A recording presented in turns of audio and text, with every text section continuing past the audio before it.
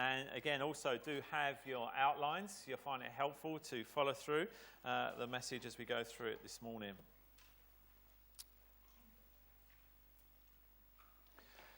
The Sobibor Nazi concentration camp was set in the scenic woods near the Bug River, which separates Poland and Russia. The natural beauty of this setting stood in dark contrast to the stench and horror of the camp, where torture and death awaited every man, woman and child who arrived there. On October the 14th, 1943, Jewish slave labourers in Sobibor surprised their captors by using their shovels and pickaxes as weapons in a well-planned attack. Some of the Jewish prisoners cut the electricity to the fence and used captured pistols and rifles to shoot their way past German guards. Hundreds of others stormed through the barbed wire and minefields to the potential safety of the nearby forest. Of the 700 prisoners who took part in the escape, 300 made it to the forest. Of those, less than 100 are known to have survived.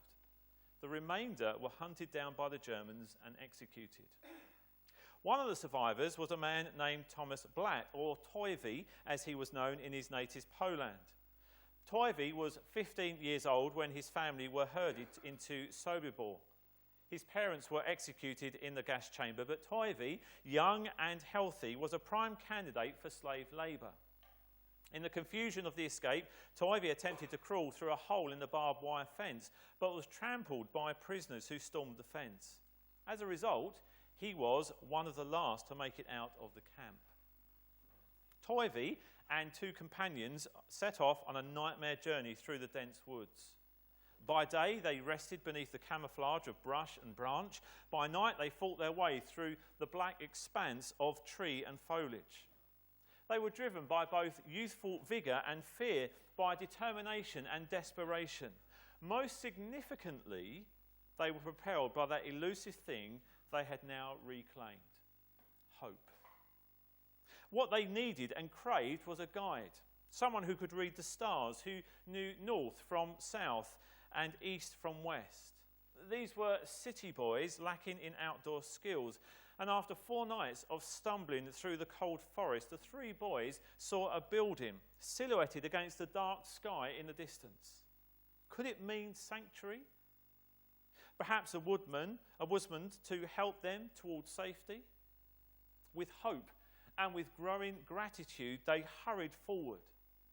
As they got closer, they noticed that the building they had seen was a tower, a familiar tower. It was part of the Sobibor concentration camp. The 3 boys had made one giant circle through the woods and had ended up exactly where they started. Terrified, horrified, they backed into the waiting arms of the forest once more. But only Toivy lived to recount their awful experience. Have you ever felt like Toivy and his friends? We spin our wheels. We throw ourselves forward, pushing towards some goal that seems like the meaning of life itself. And then we discover we might as well run the marathon on a treadmill, or we've gone nowhere. We're right back where we started. This morning we start this new series of messages called The Meaning of Life. And let me come right at you with a tough question, and it is this: is happiness still within our reach? Can there be a full life in an empty generation? To put the question another way, is there some isolated corner, some hidden alcove, some distant hill where one can find a genuine touch of heaven on earth? The fact is, no trite answers will do, will they? This particular question is too urgently important to most of us. Maybe perfect joy is just another myth. Maybe it's an empty dream composed of wishes and what-ifs. Maybe we just haven't found the treasure map yet that would show us where to find what really matters in life. Or maybe we've simply been looking in all the wrong places. A recent survey asked nearly 8,000 students what they considered very important to them. Now, the study reported that 16% of the students answered making a lot of money. And yeah, fine, we can't be too surprised by that answer. But surprisingly, a whopping 75% said that their first goal was, quote, finding a purpose and meaning to my life. In his book, Modern Man in Search of a Soul, secular psychiatrist Carl Jung wrote these penetrating words. He said, about a third of my cases are suffering from no clinically definable neurosis, but from the senselessness and emptiness in their lives. This can be described as the general neurosis of our time. The fact is that there is this basic need within every single man and woman to discover why he or she is here and what meaning can be derived from life itself. It is the absence of meaning and purpose in the lives of so many people today, and especially in the lives of young people, that is causing so much substance abuse and promiscuity. One young person wrote this: to anyone in the world who cares, who am I? Why am I living? Life has become stupid and purposeless. Nothing makes sense anymore. The questions I had when I came to college are still unanswered, and now I'm convinced there are no answers. There can only be pain and guilt and despair here in this world. My fear of death and the unknown is far less terrifying than the prospect of the unbearable frustration, futility, and hopelessness of continued existence. And none of this is new. The times may be changing, but human nature is not. And so as we start this series, The Meaning of Life, we are embarking on a study on the book of Ecclesiastes that is going to plunge us right smack in the middle of these questions about meaning to life. Now, I don't ask you to do this very often, but I'm going to ask you to make it your purpose not to miss one single message in this series. You see, Solomon, who wrote this book, he doesn't publish all of his final answers to these questions until he gets to the end of the book. Now, I'm not going to wait to the very end to answer those questions, but what I want you to know is this: only as we hear and understand the entire argument of the book will it serve us completely. So, don't take any weeks off. Postpone whatever you were going to do, and make sure that you're here every Sunday. Because I promise you this, that if you do that, when we close the Bible for the last time on the book of Ecclesiastes, you will have a better sense of who you are, why you are here, and what you're supposed to do in life than you've ever had before. So the book of Ecclesiastes is the record about the search for true meaning in life. And it stands unique among all of the Bible books in that it is philosophically presenting a man's quest for meaning. Now, this man is eminently qualified to conduct this investigation. Now, I don't know how much you know about Solomon, but let me just give you a few little thoughts that you can remember. Solomon was the king of Israel. We find his story, both private and political, within 11 remarkable chapters in the book we call 1 Kings in the Old Testament. At the time of his birth to David and Bathsheba, God gave him a special name, Jedediah, which means beloved of the Lord.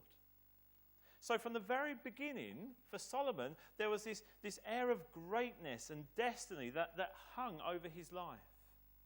Imagine the incredible day of Solomon's ascension to Israel's throne, and God asked this newly crowned Solomon to make a request. Can you imagine being granted such a privilege by God?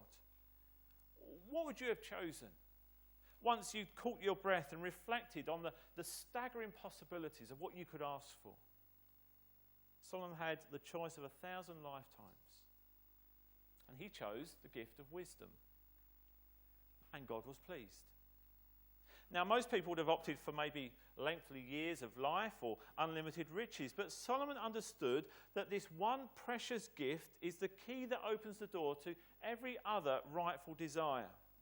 God granted Solomon wisdom, and he enjoyed a gilded life for many years.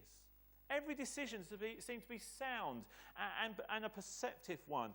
And his people, the people of Israel, they loved him.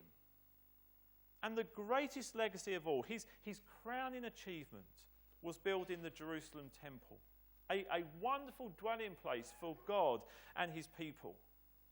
And during his reign, the nation of Israel reached its golden age, its golden years. It became the empire it had always been within its capabilities. Rulers from many countries, including the Queen of Sheba, made pilgrimages to Jerusalem just to pay homage to Solomon. Now, how wonderful it would be if we could pronounce a happily ever after ending to Solomon's life and the golden age of Israel. But it wasn't to be, for man and for nation. Solomon's vast wealth, his fame, and especially his sensual appetites tainted his special standing before God. Wealth, power, and pleasure can be dangerous, even in the hands of the wisest. Solomon compromised himself before the Lord, who had given him enough foresight to know better. Now, it didn't happen overnight. This change, this drifting came slowly, deceptively, but the further he moved away from God, the greater became his emptiness, his frustration, and ultimately his confusion. And the course of Solomon's life can be traced really in 3 biblical books. He wrote 3 books in the Bible, which are really his legacy. Now, in the early part of his life, he wrote the book of romance that we call the Song of Solomon. And you can understand why he wrote that book if you've read it in the early stages of his life. At the noontime of his life, he wrote the book of Rules, which we call Proverbs. And in the twilight of his life, at the end of his life, he wrote the book of Ecclesiastes, the book of regrets. And we're going to study the 3rd book. Solomon was at the end of his life when he wrote this book, and he was looking back over his life, and he was making some observations. Now, you see, Solomon was in a very unusual position to make this investigative study. Interestingly enough, if you study the history of this period of time when he reigned, it was a 40 period of no war at all. Solomon didn't have to give himself to the military and the preparation of war. No, he reigned in a time of peace. So all of the time that he could have been spending defending his nation from those around, he gave to investigating the meaning of life. He had all the time he needed. Furthermore, he had all the money that he needed. There wasn't any investigation that he couldn't afford. He was the wealthiest man who has ever walked on planet Earth. And we've already seen that he had more wisdom than anyone else. Notice verses 16 and 17. I thought to myself, look, I have grown and increased in wisdom more than anyone who has ruled over Jerusalem before me. I have experienced much of wisdom and knowledge. Then I applied myself to the understanding of wisdom. Solomon was the smartest man. He was the wisest man that has ever lived. And if you're going to listen to someone who's going to give a message on the meaning of life, at least let it be someone who is smart. Someone who is wise. And Solomon was that. He was the wisest man who ever lived. And the Bible says that nobody had been that wise before him and will be that wise after him. Now, I don't know what his IQ was, but I guess it was off the chart. Now, we begin with a bit of understanding about this book, because it's important to get our heads around this book. This book is called Ecclesiastes, which kind of means the gathering. In the first verse that introduces Solomon, he is called the teacher. Notice, the words of the teacher, son of David, king of Jerusalem. Now, that is Old Testament language for the fact that he is a searcher. The Message paraphrase refers to him as a quester. He's the guy who is searching for answers. He's doing an investigation. He's doing a study. What he's doing, he's gathering lots of information. And Solomon is going to look over life and see what is behind the actions of all the people. What makes them tick? What do they do to try and find meaning in life? That's the question he's trying to answer. Why do they feel so empty? Why do good guys so often lose out? Why do the shadows of death block out the light of life? Now, unlike many books, Solomon begins his book by telling us his conclusion. Now, I don't know about you. If you read books, are you the sort of people who read sort of novels and you read a few pages and you think, right, I really want to know how this ends. So you read the last couple of pages. I don't know how you can do that. And then you then read the book to see how it all works itself out. It's mad, isn't it? But, well, this is what Solomon does. He's going to tell us his conclusion right at the beginning of the book. It almost seems self-defeating, doesn't it? To let everybody in on what you found out right at the beginning of your investigation. But that's what he does.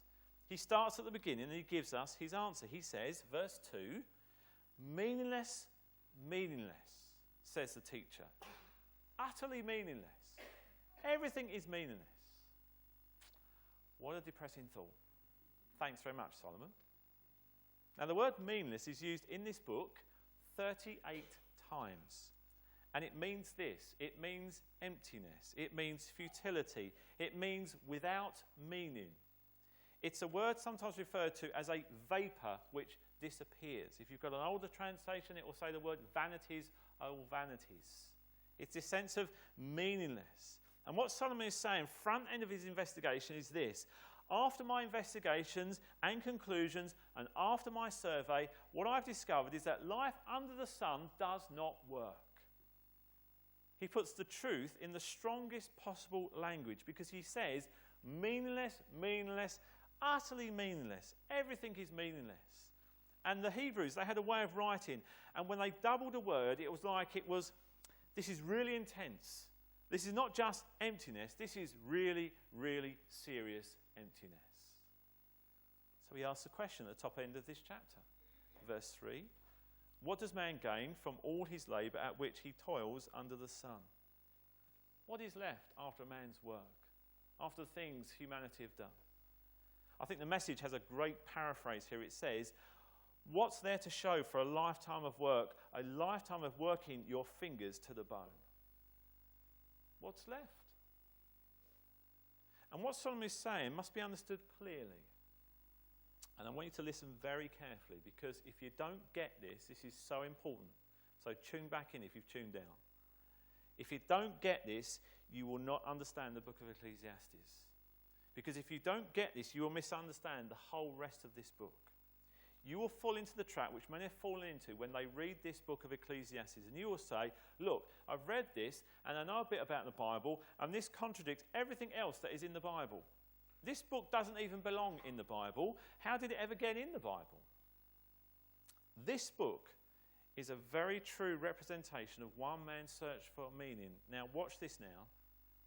As if there were no God in the picture. It's very important. Solomon is speaking here about what life is like when God is not in the picture. And the way he conveys this is with a little phrase that is used 29 times in the book of Ecclesiastes. It is the phrase, under the sun.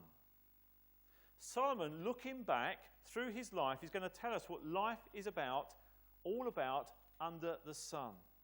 And under the sun implies an earthbound view of things. Now, if he includes what is over the sun, he is including God. But he doesn't include God in the investigation. He tells us what he observes about life under the sun, life without God. And may I tell you this? That's where most people are when they are trying to figure out what life is all about.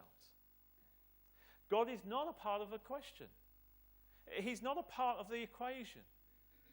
And Solomon is going to take us down some roads that will help us realise, without having to go through the agony of the journey ourselves, what happens when we reason through life without God. And the first thing he wants us to know is about the futility of life. That's the first thing.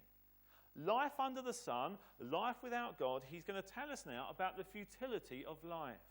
And he begins in verses 3 through 7 with a little sort of litany, as it were, on the futility of life. It's quite interesting. And I think there's 4 things he teaches us here. The first is this. He talks about the course of life, first of all. The course of life. And Solomon's view is gloomy, as you can imagine. Look at verse 4. Generations come and generations go, but the earth remains forever. It's almost as if Solomon has the newspaper open and he's reading the records of the births on one hand and the obituaries on the other. And he's saying life is just the same. One generation comes and another generation goes. One man is born and another man dies. Life goes from the beginning to the end. And it just keeps repeating itself over and over and over and over. The earth never changes, but man is transient. Just keeps passing one after another. Nature is permanent, says Solomon, but life is just transient. And he touches on something that seems to be in his mind throughout this whole study, and it is the subject of death. It's something that we never want to talk about, is it? Nobody ever wants to talk about it. You know, if you say, please come to church this Sunday, I'm going to be talking about death, nobody would come. But Solomon, you have to understand, is at the end of his life, and he has this in his mind here. And he reasons about the course of life, and he says that there is futility in it. I read, as I was studying this, about a man who went to see a counsellor for counselling. And the man talked for a few moments about everyday common things, and then he got into why he came to see a counsellor. And he told him his story. And this is what he said, I quote, 2 weeks ago, for the first time in my life, I went to a funeral of a man my age. I didn't know him well, but we had worked together and talked together from time to time, and we had kids about the same age. My friend suddenly died over the weekend, and so a number of us who worked with him decided to go to the funeral. And each one of us was thinking as we went, it could just have easily been me. That was 2 weeks ago. They've already replaced him at the office. I hear his wife is moving house to go live with her parents. 2 weeks ago, he was working 50 feet away from me, and now as if he never existed. It's like a rock falling into a pool of water, and then the water is the same as it was before, but the rock isn't there anymore. I've hardly slept at all since this happened. I just can't stop thinking that it could have happened to me, and a few days later I would be forgotten as if I never lived. Shouldn't a man's life be more than that? Isn't that the question that so many are asking today?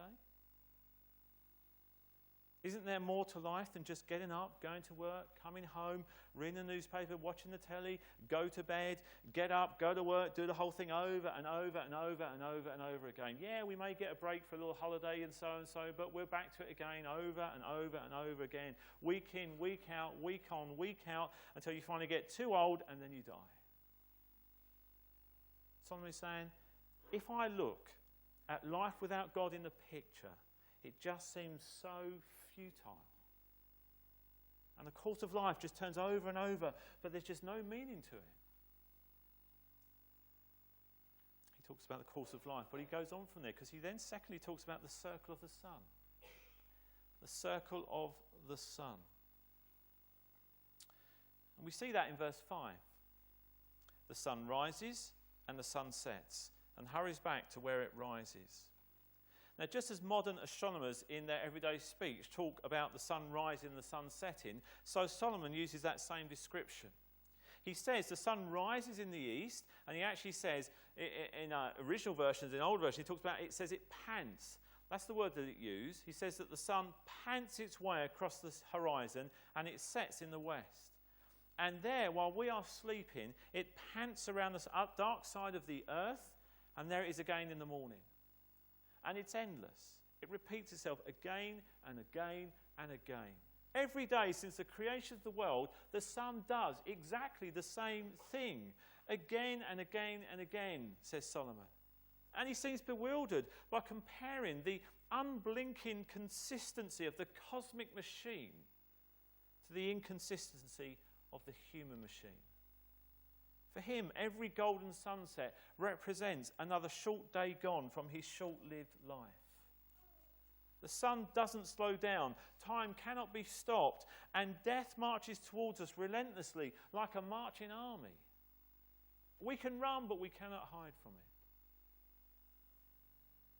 It's not an encouraging outlook, is it? But remember, please remember, Solomon's pessimism comes from his disconnect with God.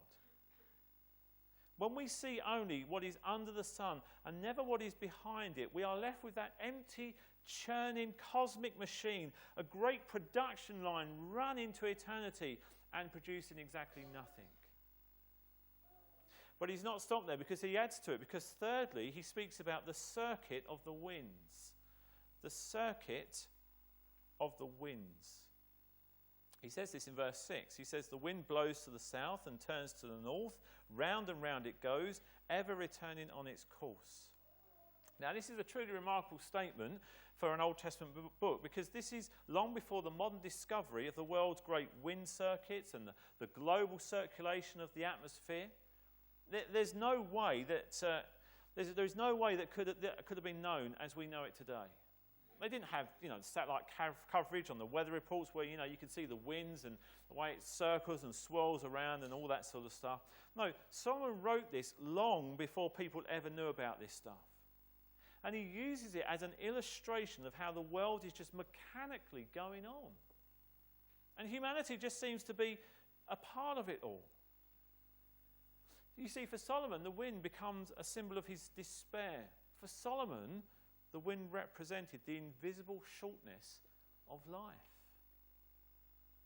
And then, fourthly, he uses the cycle of water. The cycle of water. Verse 7. All streams flow into the sea, yet the sea is never full. So the place the streams come from, there they return again. Now, if you studied science, you will know that he's discussing the hydrologic cycle. And he's telling us, just like the winds and just like the sun and just like the generations of life, he is saying that things continue to be the same and they don't change. There is this mechanical monotony to the way the world functions. There is a futility to life if you observe it without God in the picture. Have you ever had those thoughts? You ever felt like that? You ever looked at the world like that?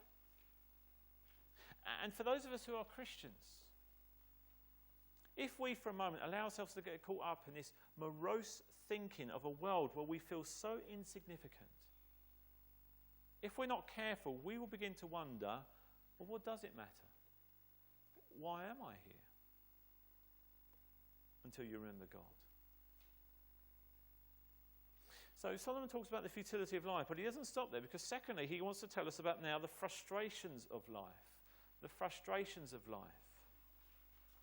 Solomon moves from the futility of life to talk about the frustrations of life in verses 8 through 11. Who hasn't heard stories about the old days of military training when recruits were told to dig a hole the first half of the day and then refill it in the second half? The point of such an exercise was to find the recruit's frustration threshold. How much futility could they endure before becoming frustrated enough to blow their top at their drill sergeant? Now, the natural result of futility is frustration, or worse. All around us in our world, we see frustrated people, road rage on the motorways, hopelessness in the hearts of individuals. And in his observation, Solomon moves from the evidence of futility to the evidence of frustration when God is removed from the picture. And he tells us, first of all, that nothing is fulfilling. In his frustrations of life, he says, listen, look, nothing is fulfilling. He says, verse 8, all things are wearisome, more than one can say. The eye never has enough of seeing, nor the ear its fill of hearing. I love the way the Message paraphrase puts it. It puts it this way: everything's boring, utterly boring. No one can find meaning in it. Boring to the eye, boring to the ear. Life is boring, says Solomon. Sounds like a teenager, doesn't he? Oh, it's boring. I'm bored. Oh, it's really boring.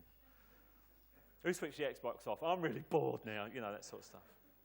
Now, some of you may say, well, hey, Phil, my life isn't boring.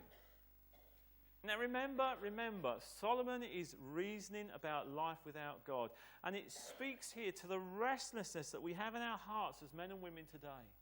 I couldn't help think, as I studied this, that here's the basis for the entire entertainment industry in the world in which we live. Our restless spirits. Why do people sit almost on the edge of their sofa every night and watch entertainment? People can't wait to see the latest episode in their favourite soap or watch these these inside entertainment programs that tell you the latest news and gossip from the entertainment world and Celebrityville and all that sort of stuff. And none of it satisfies the ear and none of it satisfies the eye. A person who doesn't have God in their life, is trying to find meaning in life, just goes from one thing to the next, trying to find something that will fill the emptiness in their lives. That's what Solomon is saying. He says nothing is fulfilling. And this speaks to the restlessness of people in our world today. This is what the Bible says here about people who lived in Athens. And see if this doesn't register with you. Acts 17:21. All the Athenians and the foreigners who lived there spent their time doing nothing but talking about and listening to the latest ideas. They were all into novelty. And what Solomon is saying here is there is no real sense of satisfaction in whatever we do. For example, if we buy a computer, it's good for about 2 weeks until you read about another one that just came out that's got more bells and whistles on it than the one that you've got. You buy a new television, a smart TV, and you put it up on your wall, and then you find that someone's got the new one, a better one, a much better, high resolution. All of a sudden, the one you've got, it's not so good now, is it? Is that the way it works? If we've got a small house, we want a bigger one. If we've got a nice car, we want a nicer one. We are always hungry and unsatisfied. And as much as we do not, if you're a believer, focus on these things, we too can fall into that trap. But a person who doesn't have God, that's all he's got. Nothing can fulfill a heart that is centered only on this world. Nothing is fulfilling, Solomon says. Secondly, he says, nothing is fresh.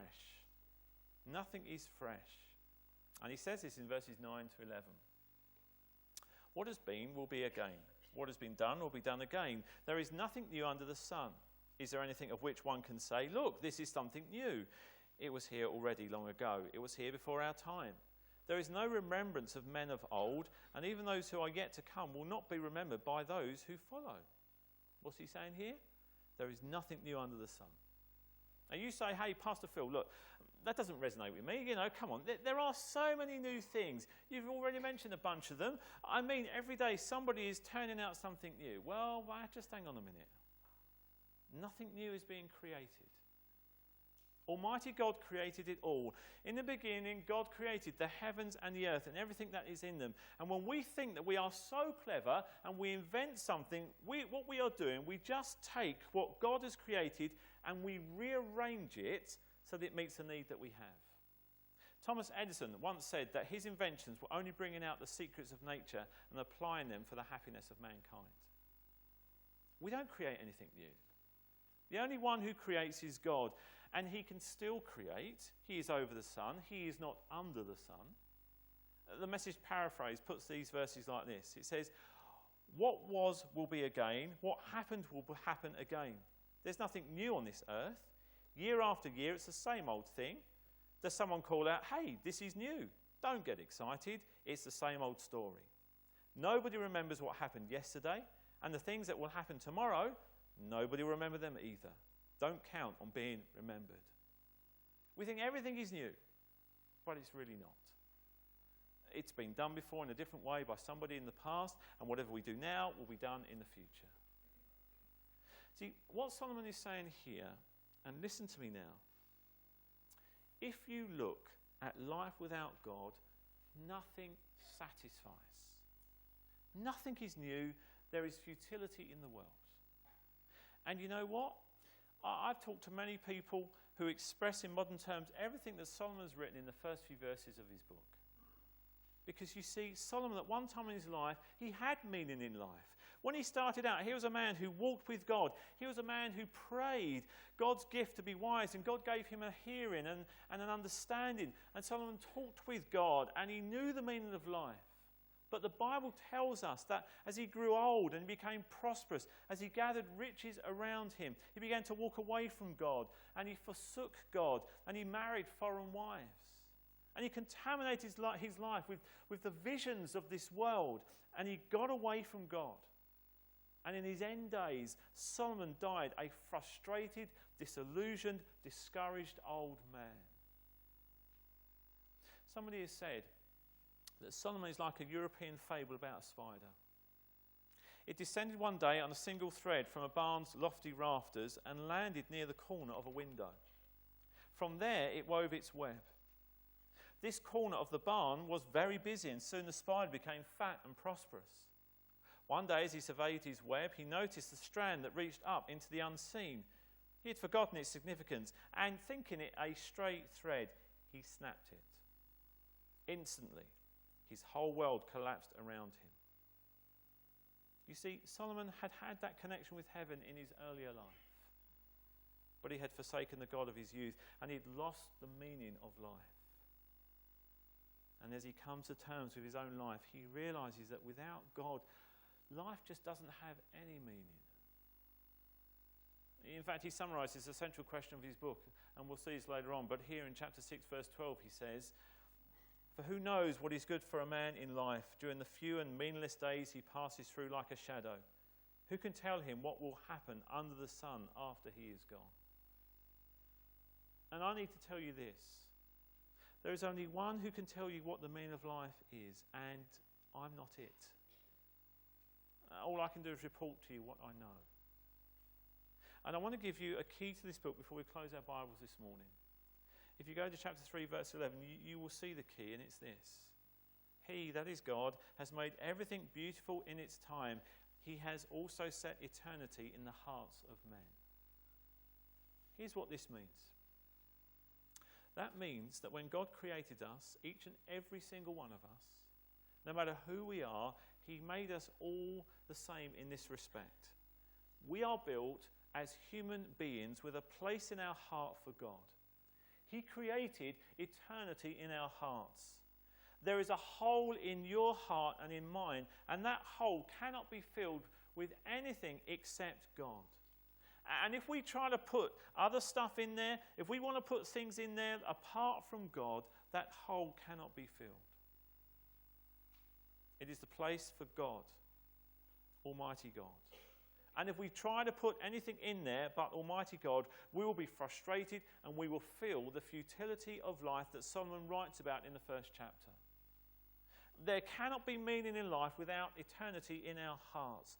God has not made us for this world.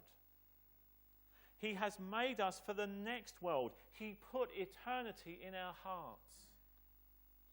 And he wants to fill that with himself if we will allow him to.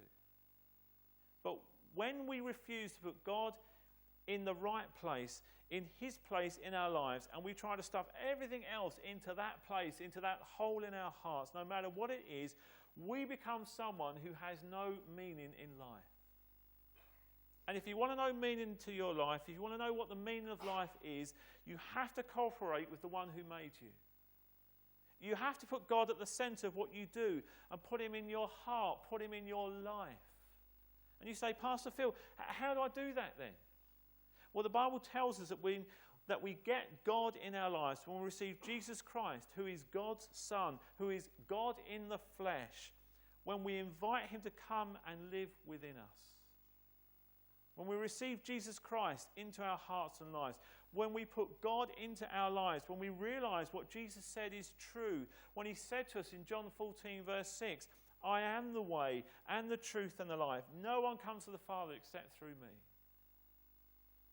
And we listen to Jesus when he says in John 10, verse 10, I came that they may have life and have it abundantly.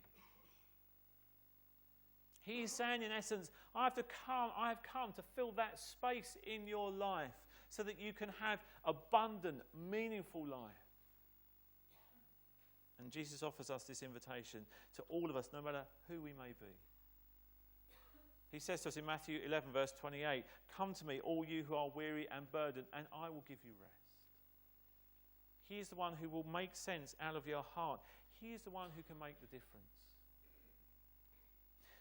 Listen very carefully as I close. Without God, life makes no sense. You say, Pastor Phil, you're paid to say things like that. You're a preacher. It's what you do. Well, hang on a minute. I'm talking to you as a fellow traveller on planet Earth. And what I'm trying to say to you this, and we'll look at this in the weeks ahead in different ways, but what I'm trying to get across to you is this.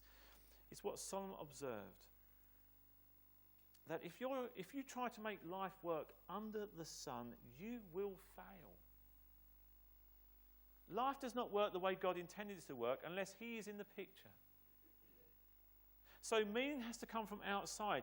This world, you see, is a closed system. If this world is going to have any meaning at all, it must come from the outside. And the one who came into this world for us was Jesus Christ.